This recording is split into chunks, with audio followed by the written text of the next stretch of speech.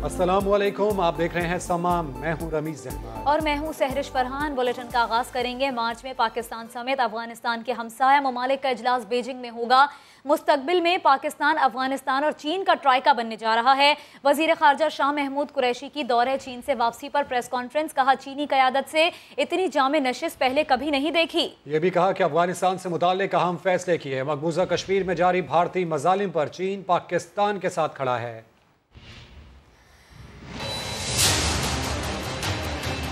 इस वक्त तक जो पाकिस्तान ने इक़दामात उठाए हैं अफ़गानिस्तान के अमन के लिए, इस्तेहकाम के लिए, ह्यूमैनिटेरियन असिस्टेंस के लिए, उस पर चीन मुतरफ है। अफ़गानिस्तान से मुतल्लिका कुछ अहम फैसले किए हैं। मार्च के इख्तिताम पर आखिरी हफ्ते उन्होंने मुझे दावत दी है कि मैं वापस बीजिंग और हम एक नशिस्त करेंगे of the immediate neighbours of Afghanistan. ये भी फैसला हुआ कि हमारा एक प्लेटफॉर्म है चीन, अफगानिस्तान और पाकिस्तान का, एक ट्राइलैटरल का। हम उसको दोबारा उसको हम फाल करेंगे। ट्रोइका प्लस के इम्कानात भी हैं। हमारा दूसरा पड़ोसी है, जिस तरीके से इंसानी हकूक को पामाल किया जा रहा है और जो हिंदुस्तान की हिकमत अमली चीन के और पाकिस्तान का जो मकबूजा कश्मीर पर मौक़िफ़ है उसमें बिल्कुल क्लैरिटी है, उसमें कोई एम्बिग्विटी नहीं है। वज़ीर आज़म इमरान खान ने चीनी सदर शी जिनपिंग से मुलाकात की, जिसमें भारत में फैलती अस्करियत पसंदी को इलाकाई इस्तेहकाम के लिए ख़तरा करार दिया। वज़ीर आज़म इमरान खान ने कहा, चीन पाकिस्तान का साबित कदम साथी और आयरन ब्रदर है। पाकिस्तान ने सी पैक की तरक्की से बहुत फ़ायदा उठाया। 20 मिनट के लिए शेड्यूल मुलाकात पौन घंटे तक जारी रही। इमरान खान ने चीनी सदर को दौरा पाकिस्तान की दावत भी दी, तो एक कामयाब दौरा रहा। वज़ीर आज़म इमरान खान ने सदर शी जिनपिंग से मुलाकात की, जिसमें भारत में फैलती अस्करियत पसंदी को इलाकाई इस्तेहकाम के लिए खतरा करार दे दिया। अब्बास शब्बीर की रिपोर्ट। वज़ीर आज़म इमरान खान 4 रोज़ा दौरा चीन मुकम्मल करके वतन वापस पहुँच गए। वापसी से कबल चीनी सदर शी जिनपिंग से होने वाली अहम मुलाकात का अलामिया भी जारी। अक्टूबर 2019 के बाद दोनों रहनुमाओं की होने वाली मुलाकात का वक्त तो 20 मिनट तय था, लेकिन बैठक 45 मिनट तक चली। वज़ीर आज़म ने पाकिस्तान की समाजी और इक़्तिसादी तरक्की के लिए चीन की मुसलसल हिमायत और मदद की तारीफ की और चीन के बुनियादी मफाद के तमाम अमूर पर मुकम्मल हिमायत का अयादा किया। कहा, पाकिस्तान ने सी पैक की आला मयार की तरक्की से भरपूर इस्तेफादा किया है। वज़ीर आज़म पाकिस्तान ने मसला कश्मीर पर चीन की जानिब से मुकम्मल हिमायत पर शुक्रिया अदा किया। कहा, पाकिस्तान और चीन के दरमियान शराकतदारी खिते में अमन और इस्तेहकाम की आकार। फैलती हिंदुत्व जहनियत, अक़लियत दुश्मनी और अक्सरियत पसंदी इलाका इस्तेहकाम को नुकसान पहुँचा रही है।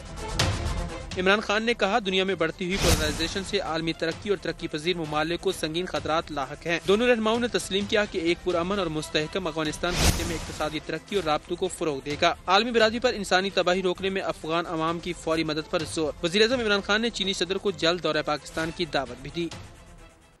पीपल्स पार्टी ने पंजाब में और नून लीग ने सिंध में अपने सियासी किरदार को सरेंडर किया। फवाद चौधरी का शहबाज बिलावल मुलाकात पर तबसरा। कहा, ये जितनी भी साजिशें कर लें, नाकामी इनका मुकद्दर है।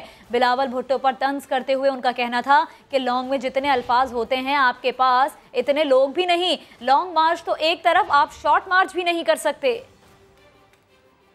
आज शरीफ साहब और बिलावल साहब मातम कुना थे। मरियम नवाज साहिबा भी वहाँ पर पहुँच गई। यौम यकजहती कश्मीर का दिन था और यौम यकजहती क्रिमिनल्स डिक्लेयर हुआ। हम 5 की जो ड्रामा सीरीज वहाँ पे चली, उनकी चीखें जो हैं वो इस वक्त आसमान पे जा रही हैं। बिलावल भुट्टो कह रहे हैं लॉन्ग मार्च शुरू करेंगे। लॉन्ग में जितने अल्फाज हैं उतने आपके पास लोग भी नहीं। आप शॉर्ट मार्च भी नहीं कर सकते। कोई घोड़े वगैरह चाहिए, कोई गाड़ियाँ चाहिए, ऊँट वगैरह चाहिए, तो वो भी दे देते हैं ताकि आपको लॉन्ग मार्च में कोई तकलीफ ना हो। कल जो आपने जिस तरीके से शहबाज शरीफ के घर जाके फैसला किया है कि पीपल्स पार्टी का पंजाब में सियासी किरदार नहीं होगा, नवाज शरीफ एंड फैमिली ने फैसला किया है कि उनका सिंध में कोई सियासी किरदार नहीं होगा। जब चोरी के तमाम ही राज एक जैसे हों तो फिर आपने एक दूसरे से मिलना ही था। कोई भी साजिश इमरान खान के खिलाफ कामयाब नहीं होगी। ये जितने पतले हैं ये मज़ीद पतले होते जाएंगे।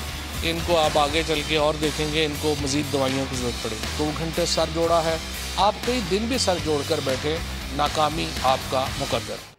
लीगी रहनुमा ख्वाजा आसिफ कहते हैं, अगर PTI हुकूमत की पुष्ट पनाही ना की जाए तो ये एक दिन नहीं चल सकती।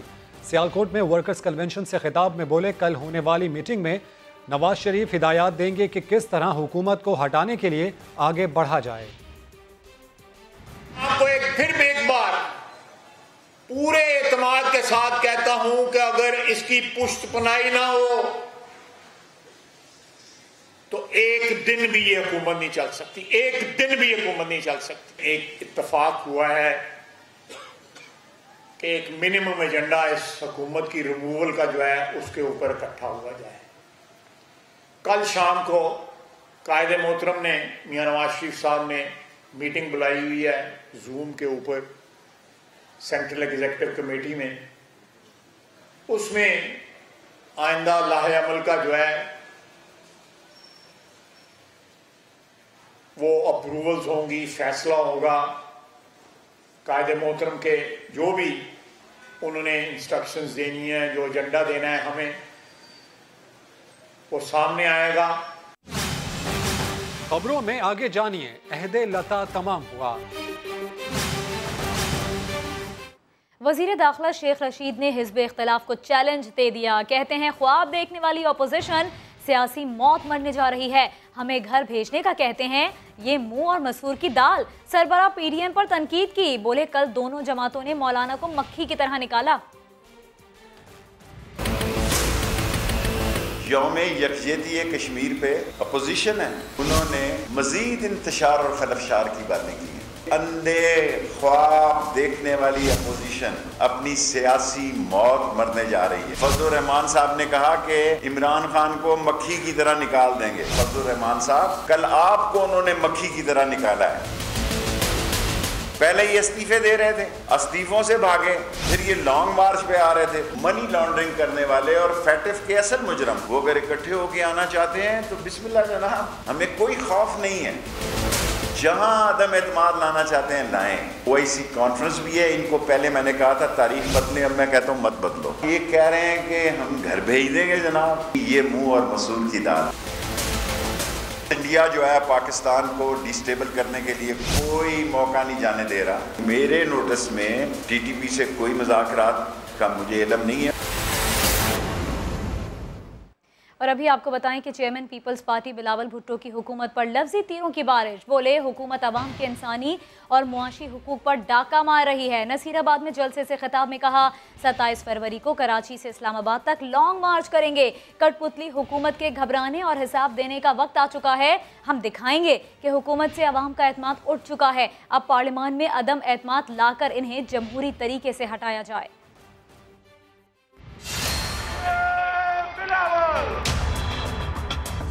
जब से ये सिलेक्टेड हुकूमत आया है, गुर्बत में भी इजाफा हुआ, बेरोजगारी में इजाफा हुआ, महंगाई में इजाफा हुआ। छीन रहा है कप्तान रोटी, कपड़ा और मकान। हम ये बर्दाश्त नहीं कर सकते। इस सूबे के नौजवानों से अपील करना चाहता हूँ कि मैं भी आपकी तरह नाराज हूँ, मगर हमारा मसाइल का हल जमहूरी जिद्दोजहद है।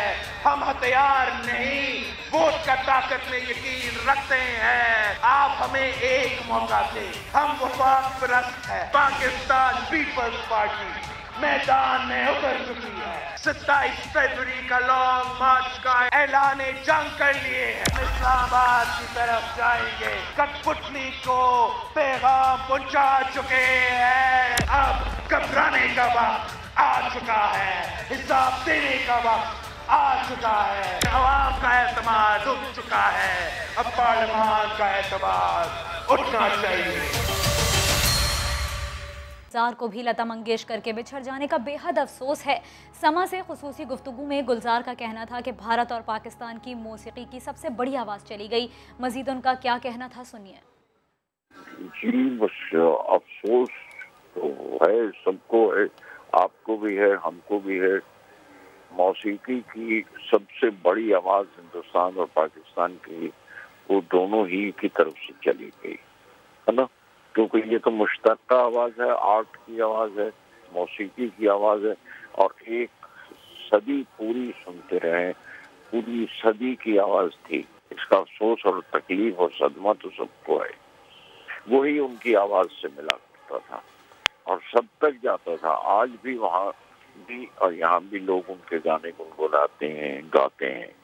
बल्कि मैं अर्ज करूं, कराची में सुल्तान अरशद साहब रहते हैं, उनसे जरूर बात कीजिए, बड़ा पुराना रिश्ता है उनका लता जी की आवाज से। और सुल्तान अरशद साहब का मेरा ख्याल आप मालूम कर लेंगे, हम टीवी पे काम किया करते थे, उससे जुड़े हुए थे, उससे राब्ता था उनका। लेकिन लता जी की आवाज तो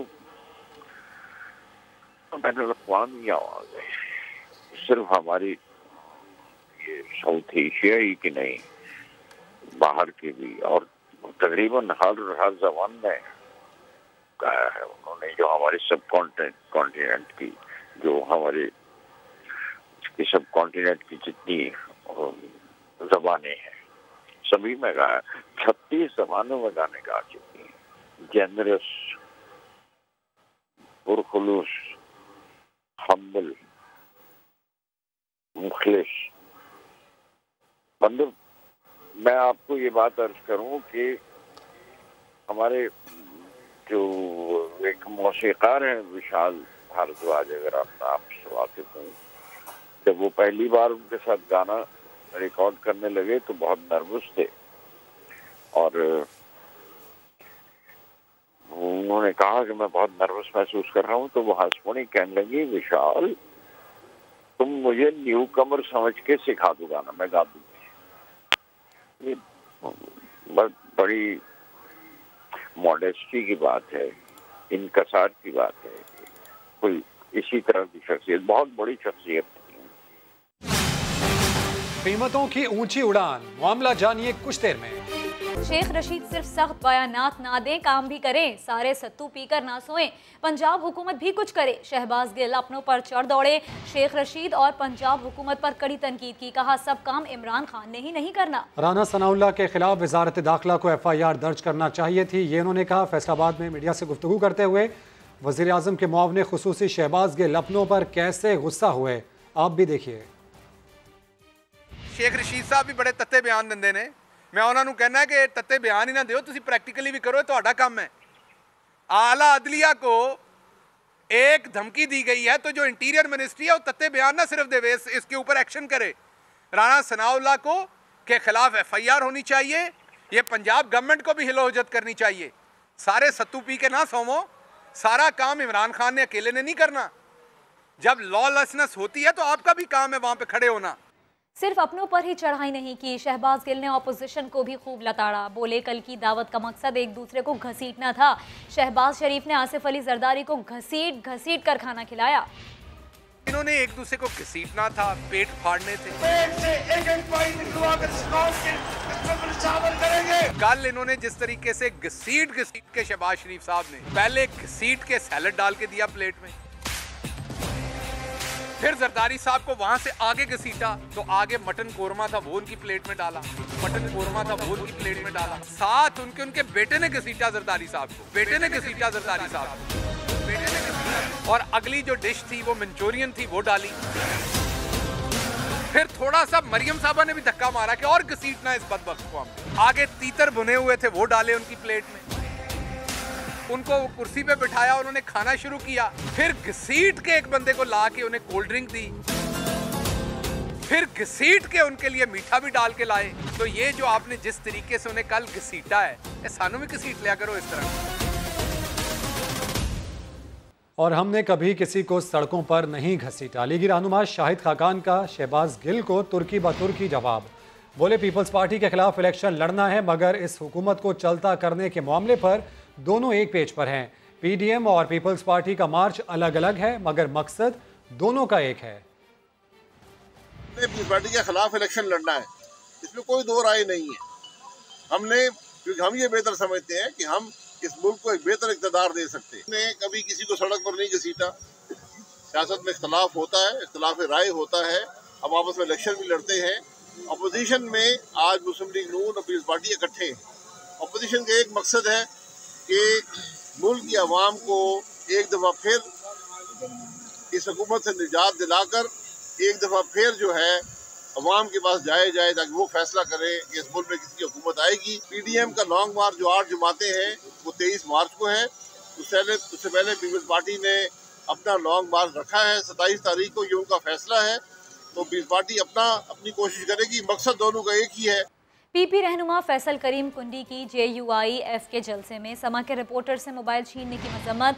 कहा, जियाउर रहमान साहब, आप सरकारी नौकरी करें या सियासी पार्टी चलाएं, JUI रहनुमा इलेक्शन कमीशन की पाबंदियों की खुलम खुला खिलाफ वर्जियां कर रहे हैं। कल मीडिया के साथ जो अफसोसनाक वाक़या पेश आया, खासकर समा TV के कैमरा में रिपोर्टर के साथ, कि एक सरकारी मुलाजिम साहब ने जो है मौलाना साहब के भाई हैं, उन्होंने उनसे मोबाइल छीन कर रोकिया। देखें, मीडिया आपकी पॉजिटिव और नेगेटिव चीज़ें करती रहती हैं। हमारे ऊपर भी बड़ी तनकीद होती रही है मीडिया में। अगर आए हैं एक सरकारी मुलाजिम और अपने कैंडिडेट के लिए कैंपेन कर रहे हैं तो ओपनली करें। डर में इस क्या बात है, छुपने की इसमें क्या बात है। बोलें कि जी मैं कैंपेन कर रहा हूँ, लगा दे दाव पे अपनी नौकरी। पार्टियों के लिए लोगों ने, पाकिस्तान पीपल्स पार्टी के जियालों ने, पाकिस्तान पीपल्स पार्टी की लीडरशिप ने फांसी के फंदे पे चढ़ गए हैं, कोड़े खाए हैं, जेलें काटी हैं, क्या कुछ सोबते बर्दाश्त नहीं किया है। तो ठुकरा दे एक 17-18 ग्रेड की नौकरी, क्या होता है। आप एक पार्टी के लीडर के भाई हैं तो ठुकरा दें और आए पॉलिटिक्स में। पीपल्स पार्टी की जानिब से महंगाई और बेरोजगारी के खिलाफ कराची में एहतजाजी मुजाहरा किया गया। वजीर इत्तलात सिंध सईद गनी ने कहा, बिलावल भुट्टो लॉन्ग मार्च के लिए जैसे ही पहला कदम उठाएंगे, इमरान खान की हुकूमत की पहली सीढ़ी गिर जाएगी। 27 फरवरी को पाकिस्तान पीपल्स पार्टी के चेयरमैन बिलावल भुट्टो जरदारी साहब मज़ार कायद से इस्लामाबाद के लिए जब रवाना होंगे, बिलावल भुट्टो जरदारी साहब यहाँ से पहला कदम बढ़ाएंगे, इमरान खान की एक सीढ़ी गिरेगी। वो दूसरा कदम बढ़ाएंगे, इमरान की दूसरी सीढ़ी गिरेगी। और मुझे उम्मीद है कि हमारे इस्लामाबाद पहुंचने से पहले इमरान की मनूस हुकूमत इस मुल्क से खत्म हो जाएगी। जितने दिन चेयरमैन साहब कहेंगे कि हमने बैठना है, हम बैठेंगे। हम कैंपों में रातें गुजारेंगे, हम रास्ते में खाना खाएंगे, हम अपना सफर उसी तरह जारी रखेंगे। आगे बढ़ेंगे। हुकूमत की जानिब से मोबाइल फ़ोन्स पर 17% टैक्स आयद करने के बाद कीमतें आउट ऑफ कंट्रोल हो गईं। मोबाइल फ़ोन्स की फ़रोख्त में कमी से दुकानदार और सारिफीन परेशान है। कराची से रिपोर्ट करेंगी जमजम सईद। आज हम बात करेंगे अपनी जिंदगी के अहम हिस्से यानी इस मोबाइल की। इस वक्त स्मार्टफोन कोई अय्याशी नहीं बल्कि कारोबारी हजरात हो या मुलाजमत पेशा, सबकी जिंदगी के लिए लाजमी जरूरत बन चुका है।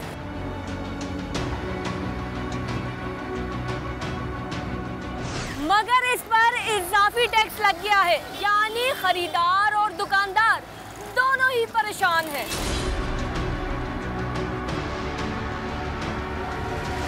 कल मेरा मोबाइल स्नैच हुआ है, खरीदने आया था मैं, तो जितने का सोच कर आया था उससे महंगा मिला है मुझे। तो पर ज़रूरत है, इस्तेमाल करना है तो इसलिए ख़रीदा है, मजबूरी है। मोबाइल ख़रीदने आए थे तो अब इतना टैक्स बढ़ गया है। मोबाइल ख़रीदने के लिए आया वो, लेकिन यह भी 20,000 का बिल्कुल मोबाइल नहीं मिलता है।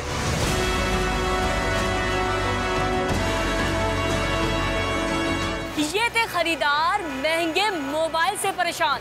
अब चलकर पूछते हैं दुकानदारों से उनका अहवाल। पहले ड्यूटी PTA की थी 39,000, अब इन्होंने कर दी है 80,000।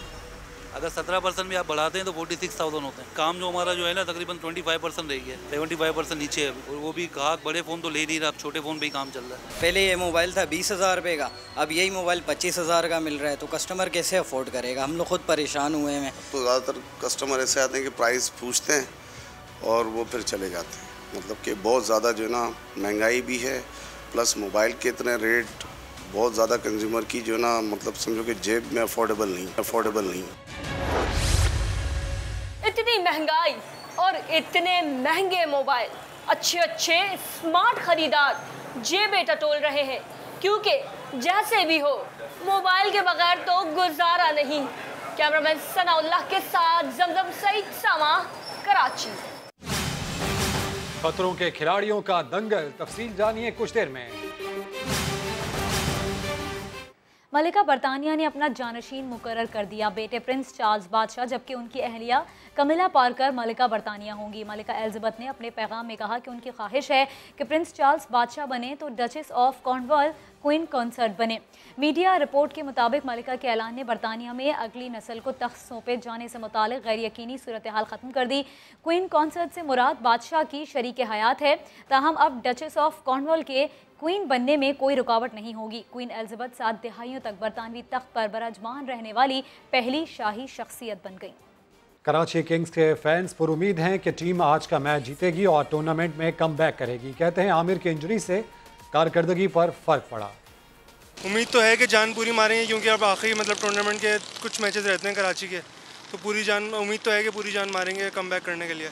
कॉम्बिनेशन ना कराची का चल रहा है ना कोयटा का चल रहा है, बट सारी टीमें पाकिस्तान की हैं, सारे प्लेयर्स अपने ही हैं। तो एक साल बुरा हो जाता है, ऐसी बात नहीं है। इंजरीज भी बहुत हुई हैं, आमिर, जॉर्डन, इलियास, तो बैड लक हो गई थोड़ी सी। खैर जीत इसलिए नहीं रही, कोई फिनिशर ही नहीं है, ना ही कोई पावर हिटर है टीम में। बस अकेला बाबर आजम ही है, वही खेल रहा है, उसके अलावा कोई उसके साथ सपोर्ट ही नहीं, वो भी फिनिश नहीं, उसकी जॉब ही नहीं है फिनिश करना। साबिक वज़ीर आज़म नवाज शरीफ के खिलाफ नई नैब फाइल खुलने को तैयार। नवाज शरीफ के दूसरे दौर में जापान से मिले फंड्स कहाँ गए, जांच पड़ताल शुरू हो गई है। इसी पर बात करेंगे अपने नुमाइंदे सुहेल रशीद से। सुहेल, क्या डिटेल्स हैं इस नई फाइल की? जी देखिए, 1998 में जापान से फंड्स लिए गए थे सोशल एक्शन प्रोग्राम के तहत, जो कि डेवलपमेंट के लिए रखे जाने थे, लेकिन ज़राए का ये कहना है कि उनका कोई रिकॉर्ड नहीं मिला कि किन मनसूबों पर खर्च हुए। लिहाजा नैब ने अब जांच पड़ताल शुरू कर दिया और वजारत मनसूबाबंदी से भी रब्ता कर लिया गया है। मुकम्मल रिकॉर्ड देखने के बाद तहकीकात आगे बढ़ाई जाएंगी और कर्ज उतारो मुल्क सवारो जो है उनका उस वक्त नारा था, उसके तहत अकाउंट भी खोला गया था, उसकी जाँच पड़ताल भी की जाएगी। इसके साथ ही नैब ने 9 फरवरी को एग्जीक्यूटिव बोर्ड इजलास की तलब कर लिया है, जिसमें नई इंक्वायरियों और इन्वेस्टिगेशन की मंजूरी दी जानी है। नवाज शरीफ के खिलाफ ये जो केस है, इसकी भी जांच पड़ताल देखी जाएगी और शिकायत की तस्दीक होने के बाद बाकायदा इंक्वायरी उनके खिलाफ शुरू हो सकती है, जो कि एक 24 साल पुराना केस है उसमें। बहुत शुक्रिया सुहेल। और लाहौर PSL की मेज़बानी के लिए तैयार है। कज़ाफ़ी स्टेडियम में इंतजामात मुकम्मल कर लिए गए। लाहौर पुलिस ने रूट पर सिक्योरिटी के फुल ड्रेस रिहर्सल की। DIG ऑपरेशंस और CTO लाहौर की ज़ेर निगरानी टीमों के रूट पर सिक्योरिटी और ट्रैफिक इंतजामात की रिहर्सल की गई। स्पोर्ट्स कॉम्प्लेक्स में भी लाइट्स और जनरेटर नस्ब कर दिए गए। PSL का दूसरा मरहला 10 फरवरी से लाहौर में शुरू होगा, जिसके लिए टीमें कल से लाहौर पहुँचना शुरू होंगी।